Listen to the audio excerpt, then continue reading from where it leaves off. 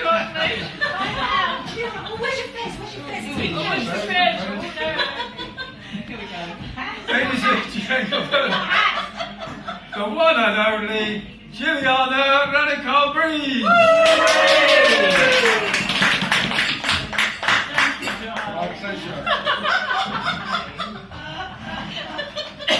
How much you guys pay? In kind. Yes. Okay, this one is called Iggy. You said in kind, wasn't giving your vignettes, that's quite risky.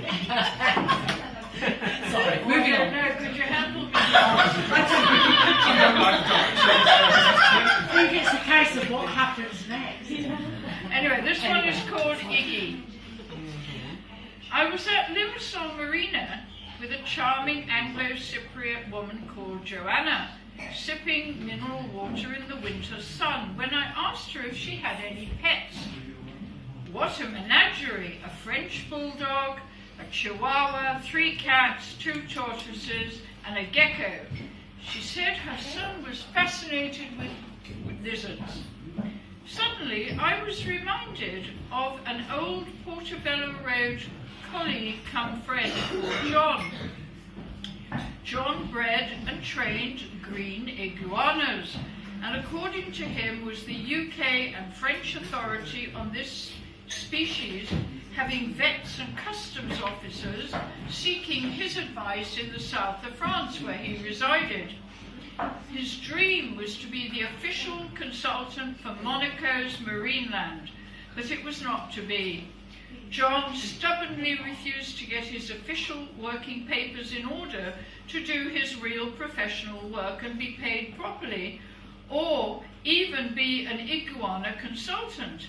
He could not afford the official bureaucratic license for the carte de séjour, so he was part of the cash black economy.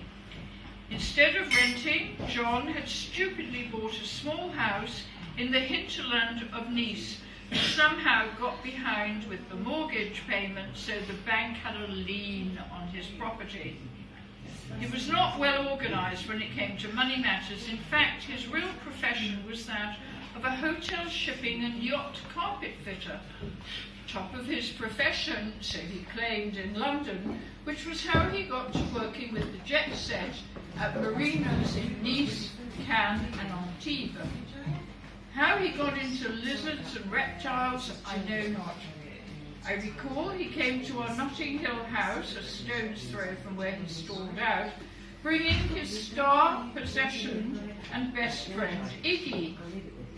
I took photos of this curious green member of the lizard family with a very long stripy tail and a complicated sex mating life. A shame I never asked about his weight and length of his tail from his snout, which would have determined his age. I still have the photo today of John and Iggy. He travelled with him from England to France and knew all the custom officers in Nice, as Iggy had to be declared like a cat or a dog. Maybe Iggy had a passport. I forgot to ask. John was training Iggy to be in movies. He had other green iguanas, but Ziggy was his bed companion, sleeping on a special ledge which John had made above his bed. When Magical Martin and I finally got to Nice and Menton for a winter sun holiday one New Year, John welcomed us to his home. Along with other green iguanas and stick-figure mantis in glass tanks, I recall the clawing odour of his home. Thank God we were not staying with him. John showed us around Nice, and I recall we spent New Year in a cafeteria as elsewhere was booked and he had not got it together to think of reserving a table. Then disaster struck. Iggy died. John went into chronic depression and bereavement. He really loved Iggy. He had no wife or girlfriend or much to offer a woman at the age of 40 except other green iguanas and praying mantis. Iggy was his entire life, and I'm sure John kissed him every night. And Iggy went to Iggylandia, and that was it.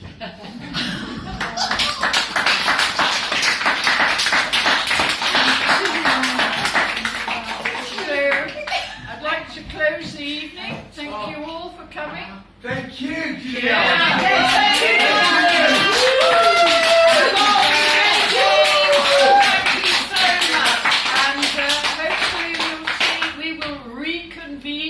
On Tuesday, the 4th of December, for our Christmas special. Can't wait. So tell your friends and bring more poems or prose or whatever you like. Okay?